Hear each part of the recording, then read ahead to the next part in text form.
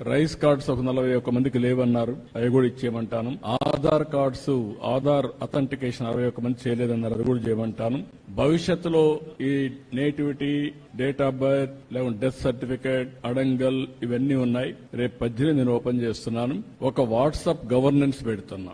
మీరు ఏ పని ఉన్నా మీరు ఒక లెటర్ పెట్టేస్తే మీకు కావాల్సిన సర్టిఫికేట్ ఆటోమేటిక్ గా మీకు వచ్చేట్టుగా యాక్సెస్ ఇచ్చేస్తాం. మీరు ఏ ఆఫీసుకు పోయే పని లేదు. టు స్టార్ట్ విత్ 150 సర్వీసులు ఇస్తాం. ఆ తర్వాత సర్వీసులు పెంచుకుంటా పోతాం. ఫైనల్ గా ఎక్కడ ఆఫీసుకు పోయే పని లేకుండా మీరు చేస్తా ఉంటే టెక్నాలజీలో నేను దాన్ని కరెక్ట్ చేసుకుని ఆర్టిఫిషియల్ ఇంటెలిజెన్స్ ఒకవేళ రేపు రాబోయే రోజు అది కూడా చేస్తున్నా, వర్కౌట్ చేస్తున్నా, కొంచెం టైం పడుతుంది.